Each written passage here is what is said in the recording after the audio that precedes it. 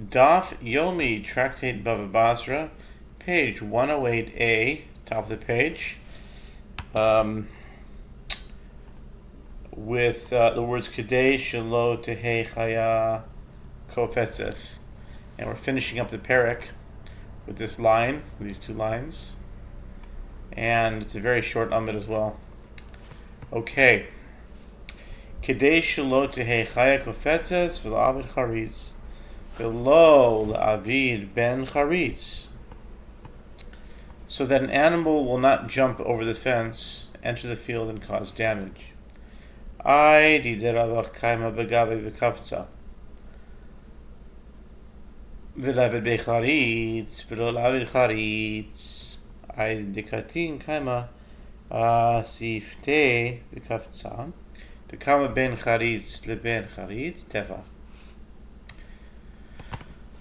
The Gemara asks, let him make only a larger ditch and not make a smaller ditch. The Gemara replies, since the ditch is wide, the animal can stand inside it and jump from there over the fence. The Gemara asks, if so, let him make only a smaller ditch and not make a larger ditch. Since the ditch is small, the animal stands on its edge and jumps over the fence. The Batra explains the matter further. And how much space is between the larger ditch and the smaller ditch? 1 handbreadth. And that concludes our chapter of base core. Hadron Alach base core. With God's help, we shall return to base core.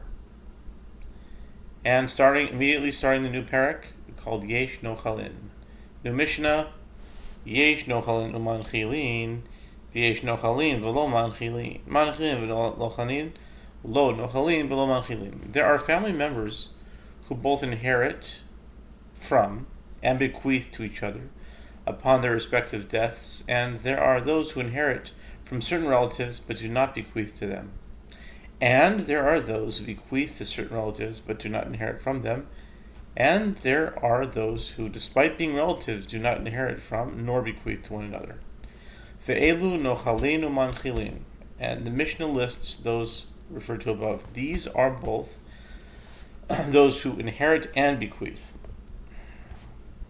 Ha'av al banim, ve'habanim esa'av.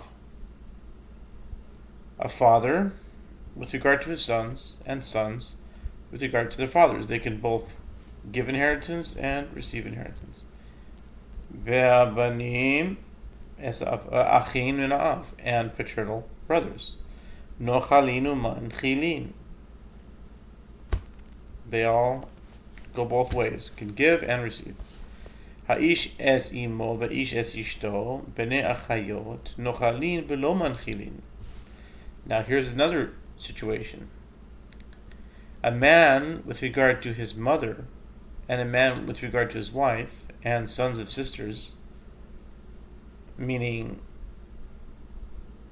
nephews born to the sisters of the deceased, all inherit from their respective relatives but do not bequeath to them. A woman with regard to her sons and a woman with regard to her husband and maternal uncles all bequeath. Okay, so then let's see here. ובני אחיות נוחלין ולא מנחילין, האישה ואת בניה ואיש את בעלה ואחי האם מנחילין ולא נוחלין, והאחים מרעיהם לא נוחלין ולא מנחילין.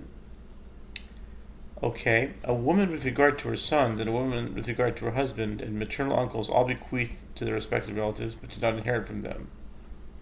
So a woman doesn't inherit from her sons. I didn't know that. A woman doesn't inherit from her husband. Maternal uncles. Oh. A woman with regard to them, they all bequeath, but they don't inherit. A woman doesn't inherit? I think a woman does, no? Anyway, it says that they don't. Okay, for now, I guess. And maternal brothers, despite being blood relatives, do not inherit from each other, nor do they bequeath to one another, as they are not considered relatives for the purpose of inheritance. Okay, that's the Mishnah. The Gemara asks, Ma'ishna diktani aval banim bereisha lisni habanim al ha'am bereisha. Chada de'aschole bepuranusa lo manchilinan.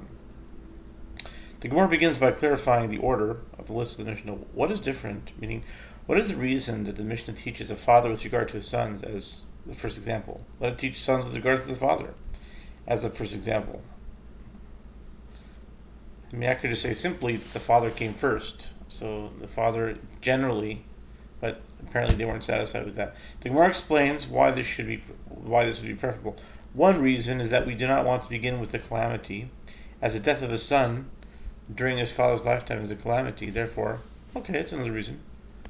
I would just say that generally, more often, a son inherits from a father than a father inherits from a son. So that's why they did the most common case.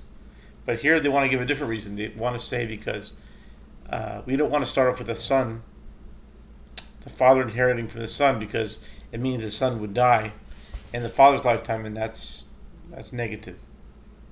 Okay, it's a calamity. Therefore, it would have been appropriate to begin with the example of the sons inheriting from their father. And that concludes this first Amud, this first part of the new parak of Yesh No Chalim.